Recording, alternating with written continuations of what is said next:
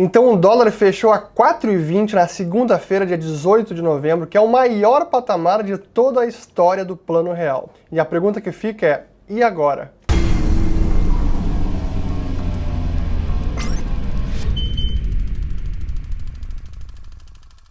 Em março desse ano eu fiz um vídeo intitulado O dólar vai subir no longo prazo. E lá eu falo sobre o conceito da taxa de equilíbrio, a taxa de câmbio real. Até quem ainda não assistiu aquele vídeo, eu super recomendo. Vou colocar o link dele aqui, porque nele eu explico muito melhor alguns dos conceitos que eu vou falar neste vídeo agora, para explicar o que está acontecendo com o dólar, o que explica esse atual momento e o que ele significa também para o mercado. Então, se você ainda não assistiu, assista esse.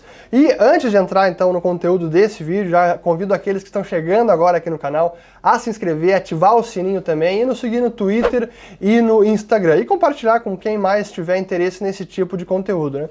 Pois bem, então o que significa isso, né? Na segunda-feira, dia 18 de novembro, o dólar chegou a bater 4,20, foi o maior fechamento da história do real. E na terça, quando eu tô gravando esse vídeo agora, terça 19 de novembro, chegou a bater 4,21. Isso fez com que o leilão, que já tinha anunciado, que o Banco Central, que já tinha anunciado um leilão de dólares, ele acabou cancelando porque na quarta, dia 20, é feriado em São Paulo e vai fazer nos dias seguintes.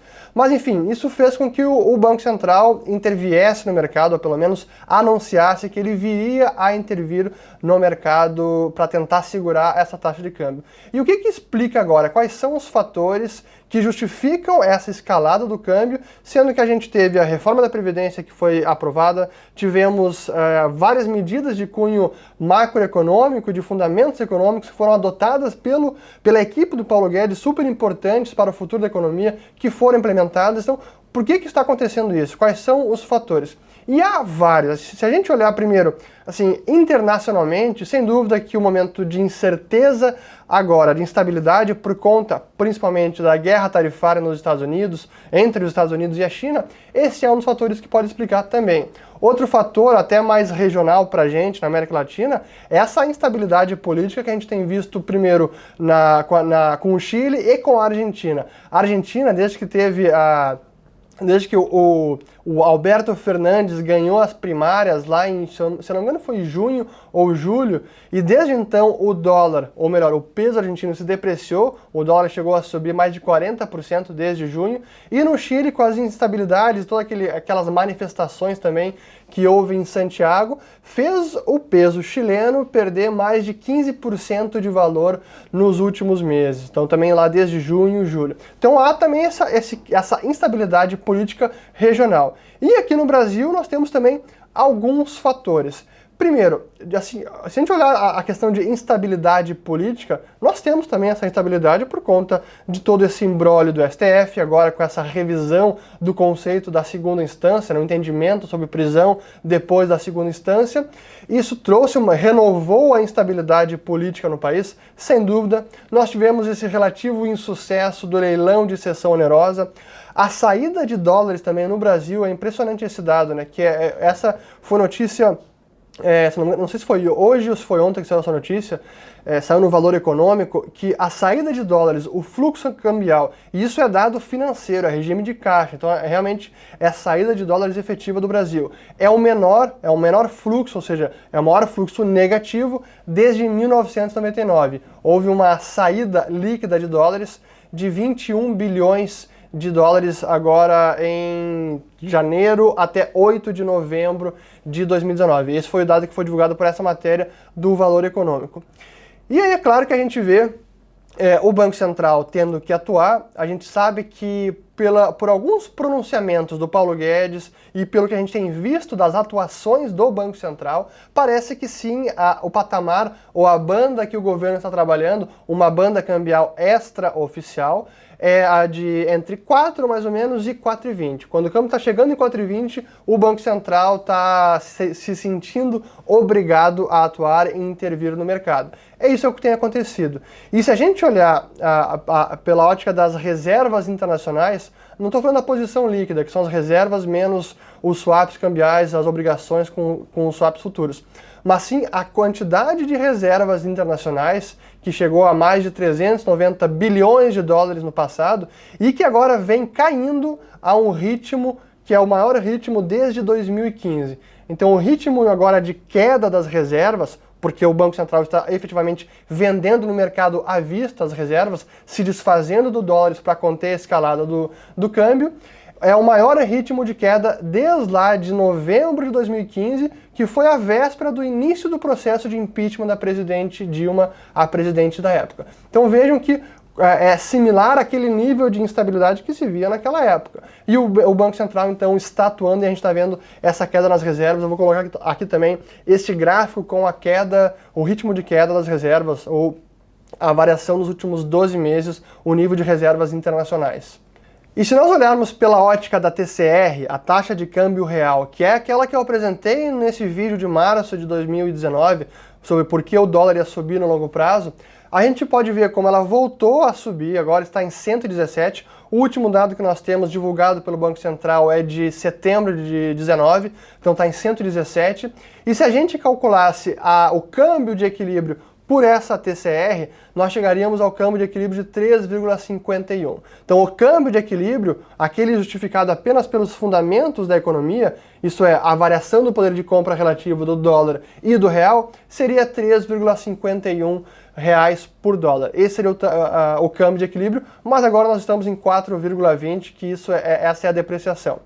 E aí houve algumas comparações até que eu vi nas redes sociais, no FinTwitch, que é o Twitter do mercado financeiro, dizendo que isso seria equivalente agora a 4,20, ou melhor, aquele dólar que chegou lá em 2002 com os temores da eleição do presidente Lula, naquele momento, naquela época era candidato, que o dólar chegou a quase 4. Aquele dólar de quase 4 em 2002 seria equivalente agora a 10,80. Esse foi um dado que saiu no Twitter, mas está equivocado, não é o dado correto. Se a gente fizer essa mesma análise de novo utilizando a TCR, o equivalente seria na verdade 7,24.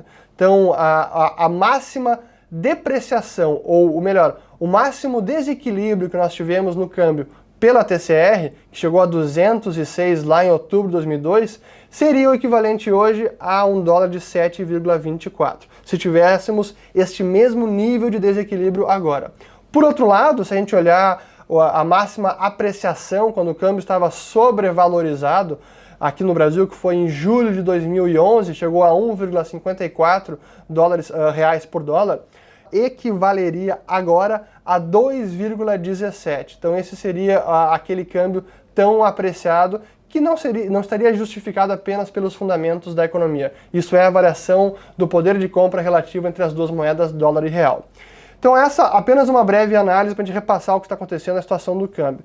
E aí a pergunta de sempre, né? Bom, e para onde que vai o câmbio? Qual é agora a direção? Vai cair, vai subir? Bom, primeiro, eu não sou trader. Segundo, não é uma recomendação, não é dica, não é nem call de compra, nem call de venda. E câmbio é das coisas mais difíceis de se prever, o caminho do câmbio. Por isso, naquele vídeo eu falei, sim, no longo prazo a tendência do dólar é se apreciar, vis-à-vis a nossa política monetária e as nossas metas de inflação, mas no curto e médio prazo realmente é muito difícil. Mas vale a pena que a gente fazer alguns comentários importantes sobre a situação atual do câmbio. E a primeira dela é que, pelo lado da pressão do carry trade, isso é, o diferencial de juros no exterior e doméstico, esta arbitragem, que no passado foi enorme, hoje praticamente ela já inexiste. Se a gente olhar a diferença entre os juros domésticos, a nossa taxa Selic, e a taxa Federal Funds Rate efetiva lá fora, ela está agora no menor patamar de toda a história do Plano Real. Então realmente está em torno de 3%, ou um pouco quase em 3%. Então olhando por essa ótica, realmente esta arbitragem, o carrego, quase inexiste esse trade agora. Então há uma menor pressão para que o real se valorize por conta da ausência efetiva do carry trade. Esse é um ponto. E o que resta agora são realmente essas incertezas, que não apenas elas abundam no mundo inteiro, a fonte de instabilidade política, o nível de imprevisibilidade dada a situação, guerra tarifária nos Estados Unidos, temos as questões da desaceleração econômica na Europa, temos o Brexit, enfim, há vários focos de tensão, Hong Kong na China, questão política na China, câmbio chinês, situação econômica na China. Então realmente as incertezas de cunho macroeconômicos e globais, elas são enormes. E quando aumenta a incerteza, e se a incerteza global aumentar, esse será um cenário de fuga para dólar, sem dúvida, porque não adianta. Hoje o dólar ainda é a moeda de reserva mundial, quer queira que não, essa é a situação, a gente não tem como lutar contra isso, e num cenário de instabilidade e de fuga para a segurança, é o dólar que o mercado vai procurar. Segundo, as incertezas domésticas, sim, elas persistem muito mais no campo político, sim, na questão econômica, de políticas públicas pela equipe do Paulo Guedes. Eu diria que praticamente tudo que deveria ser feito está sendo feito. Sim, tem uma ou outra ressalva, mas no todo eles estão fazendo a coisa certa, estão fazendo o que tem que ser feito. O déficit primário nesse ano vai ser menor até do que era esperado das contas públicas. Então sim, estão fazendo a coisa que tem que ser feita, adotando as políticas corretas. Mas é claro que há ainda algumas reformas que dependem de Congresso, dependem de Senado, e essa instabilidade de STF, assim, junta tudo isso, soma-se a questão de STF e as incertezas políticas, e é claro que isso pode aumentar a nossa incerteza e o nível de imprevisibilidade doméstica. Isso joga contra, e se aumentar esse nível de incerteza interna, é claro que isso faz com que os investidores se mantenham fora do Brasil ou não entrem ainda com o ímpeto e com o potencial que a nossa economia realmente tem. E aí tem a ver também com a questão do nosso crescimento econômico, a nossa economia que ainda não decolou, mas acho que, na minha visão, ainda deve decolar. Os indicadores estão apontando para uma retomada, ainda gradual, mas que possivelmente vai se intensificar no ano que vem. Mas enfim, acabei que eu não fiz nenhuma previsão se o câmbio vai para cima ou para baixo, mas que eu diria que as pressões para ele se apreciar consideravelmente são poucas. Talvez essa seja a mensagem, o melhor que eu posso dar de previsão. Então, imaginar um câmbio abaixo de 4 de maneira sustentada, hoje ainda está difícil de ver esse cenário, por conta lá fora e por conta aqui dentro também. Mas enfim, esse era o vídeo sobre o dólar que bateu a máxima. Espero, como brasileiro, que ele não siga subindo, mas como qualquer investidor que está alocando o seu portfólio, é preciso fazer o hedge, é preciso ter uma parte do seu patrimônio e do portfólio dolarizado para se proteger, infelizmente, das nossas incertezas políticas, do nosso risco Brasil.